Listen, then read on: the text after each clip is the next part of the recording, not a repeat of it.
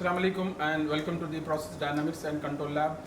We are in the lab here because we want to do the experimental part of the lab. As you know, the lab is in three parts. First part we do the mat lab, second part we do the Simulink, and third part is the experimental part. So all of the three parts you can do all the activities that you need. And what is the activity? You want to study the controller and you want to find out what is the best value for the controller that will give you a better control on your parameters. Whenever you apply a disturbance, how the controller will behave.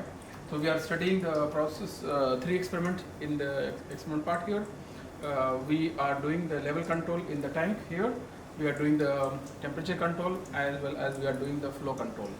So just a little bit of the background. We all know that in the feedback controller there are certain elements that are there to do the job, and the first element is always the measurement or the measuring device. So in the case of temperature it will be a thermocouple, in case of pressure it will be a differential pressure, or it may be a height measuring device, or in case some other experiment you are doing, it will be another device. So you have a measuring device, then you are comparing the value with your set point, and then you are calculating the error. Then signal you are providing to the controller, then controller decide what need to be done, what correction to be done, so that set point can be maintained. And how it do that one? Using a finite final element, which may be a control valve, which may be a temperature power control or something else.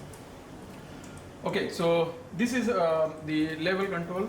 The first experiment we do, the simplest one, which is the level control. In this one I want to maintain a desired level, so I will put in the controller my desired set point, and then I will switch on the controller in automatic mode with the controller values, the PID settings, which are proportional value time, the integral time and the derivative time, so that the controller tries to minimize the impact of the disturbance in the system and try to reach the set point. So the same is here in the case of temperature. You have a thermocouple connected to the tank here. You measure the temperature and then compare with the set point, calculate the error, send it to the controller, and the controller using the final element, which is the hot water supply here in this case, tries to reach to the set point. The third experiment is the pressure, the flow control that we want. We want to maintain a flow rate, a desired flow rate. So you measure using an orifice meter here. The orifice meter then send it to the comparison with the set point, and error go to the controller. Controller then decide what need to be done. Should the valve need to open more? Should decrease the more? So all the three experiments that we do here, you can see the controller can act or can work on. In the tank you have an inflow or outflow. So either you can manipulate your inlet flow or you can manipulate the outlet flow. Any one of them you need one at a time. You don't need. So the experiment will be done in two parts. For all the three experiments that we do in this lab, you are doing first inlet as a manipulative variable, then outlet as a manipulative variable. Okay, so what kind of experiment or the activity that you do? Now we know that the controller, it basically have three settings, the P, I and D. So what I need to do is first thing that I need to do is I need to understand how the P value will impact my controller, how the I will control will have impact on my controller, the D will have impact on my controller. So P individually I need to do. So in each of the three experiment, the procedure is very similar.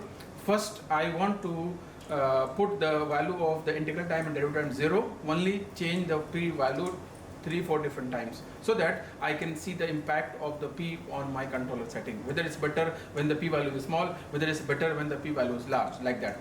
Then I will fix a P value and I will now keep the D value 0, and I will change the I value different 3-4 times, different integral time, and see the same thing, that if I increase the I value, whether it is better, whether if I keep the low, if I keep high, whether it's increasing or decreasing, and so on.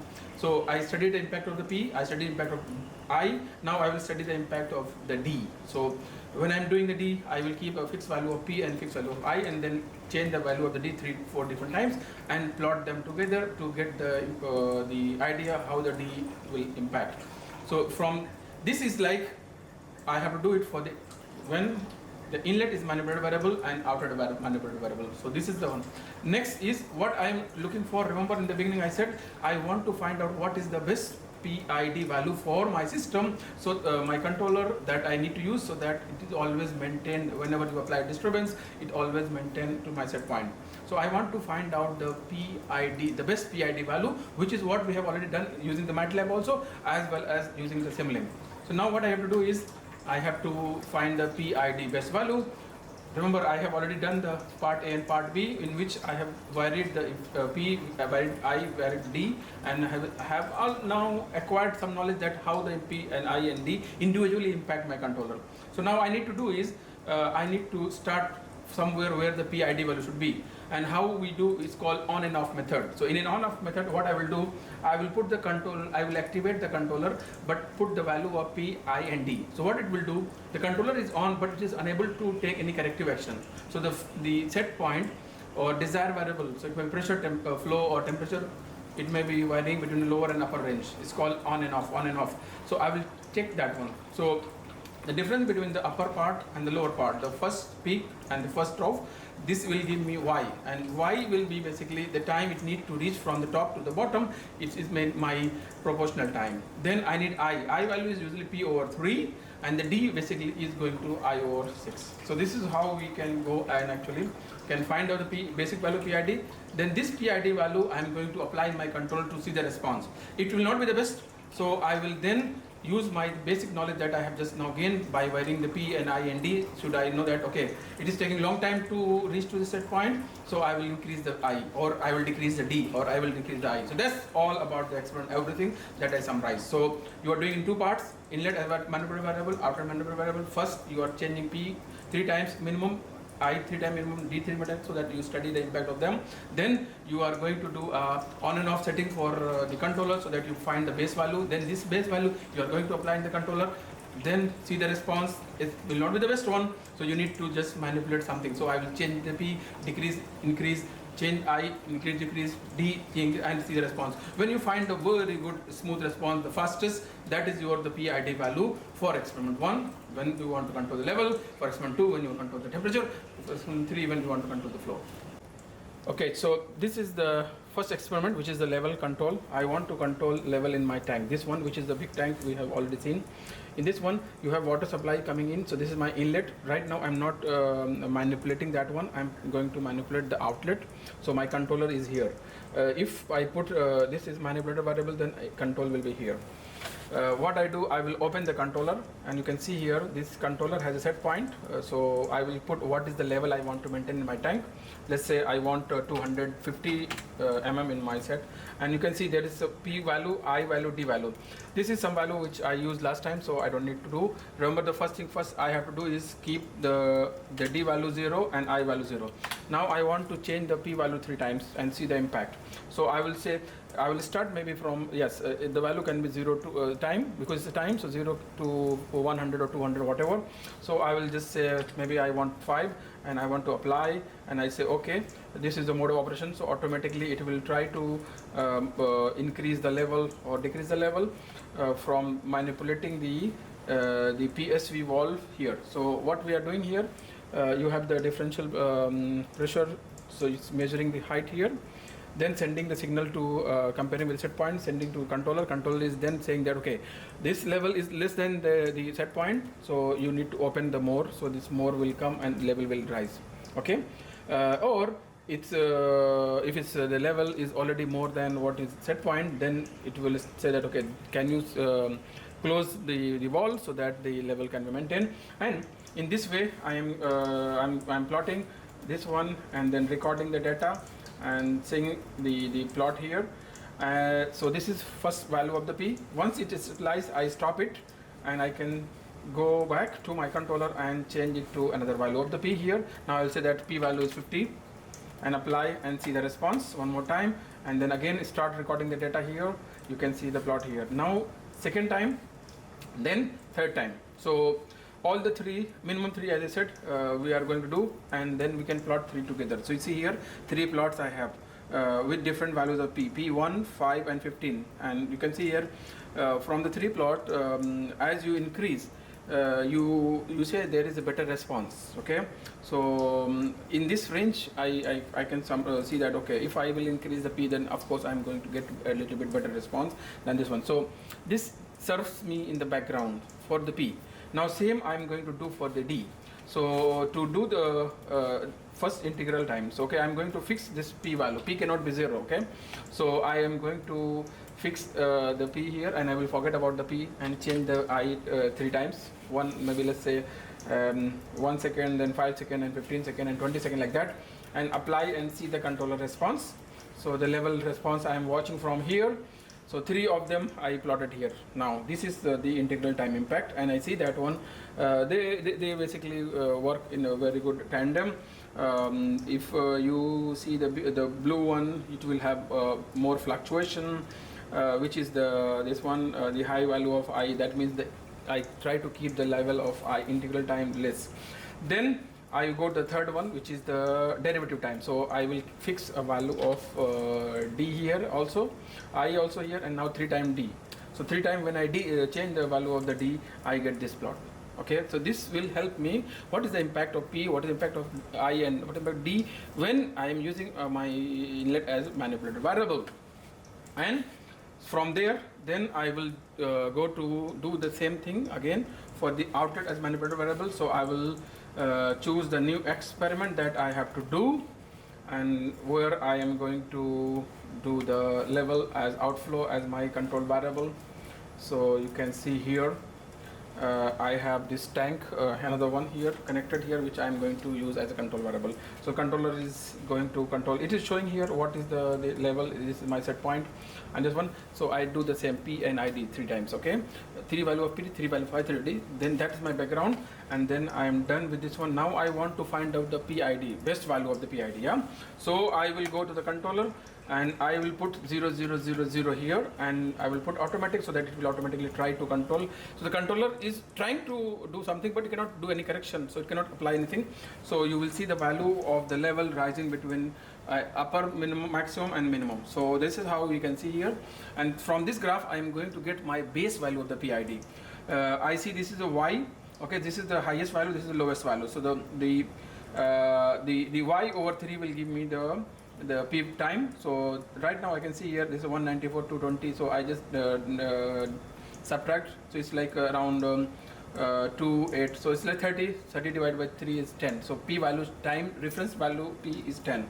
And then time it takes to reach from the maximum to the minimum is going to be the T, and T is my integral time. Integral time is 16, so it's 8 seconds, and 8 over 6 will give me the ID. So this is how I got the PID. Now this PID I am going to apply and try to tune it. So then I will tune it to get the best value, which is here. So in the controller now I am applying this PID that I got from the on and off setting, and seeing the response. So the blue one is the first response I got, and I saw that this is not very good. Actually it is better, but it's not good, so it can be improved. So I change the P value, I change the I value, I change the D value, and I find that this red line is the best PID value for my controller. So to maintain this level, this is my best PID value for the controller when inlet as manipulated variable. So I'm going to repeat the entire experiment again for on and off to find the PID, then apply the PID into this one, and then see the response to find out what is the base value apply and get it for this one. So this is how you can do the experiment. This is the entire experiment. Now this is our second experiment, which is the temperature control in the tank. So you can see here the tank in which I have the heater. Again the same, two parts. First part is inlet as a manipulated variable, second part as outlet as a manipulated variable that you want to do. Of course inlet is here the power, how much power you want to give. The outlet is here the flow. So the more flow you are taking is like less power you are applying. So the inlet and outlet variables are there. So two parts. First, remember what I have to do. I have to open the controller and set it automatic, set my desired temperature. Right now temperature is 30, and then start with the 3 value of the P, and while keeping the I and D value 0. So I will know that how the impact of the P will be. Then I come and fix the P value and put 3 different value of I, and see the 3 different plots and see the response of that one, and how the 3 value of the I will have role in that one. Then fix the I value and the P value both, and then change the D value 3 times and see that one both for inlet as manual variable, outlet as manual variable, which may be power, which may be the flow. Okay, so you are doing the same, you are recording the data, so same set of data, same thing as this one. Now the next thing is, remember we want to find out the PID value. So to find the PID value, what I am going to do is, I am going to do the on and off so that I can get the basic value and then apply. So when I do the on and off, I get a plot like this. You can see this is fluctuating between a lower, minimum and maximum. So I can see when the set point is 30, the maximum it is going 45, the lowest it is going around some 15 degree or so. So again, what I have to do is y, the difference between maximum and minimum. So y over 3 will be p. Then time it takes to reach go from high to minimum will be the I will be integral time, and I over 6 will be my derivative time. So I got the PID value. Now this PID I am going inside the controller and applying the P value and I and D value, which I have got now from here, and then I can see here how the controller response looks like. This one will be, it's not very smooth.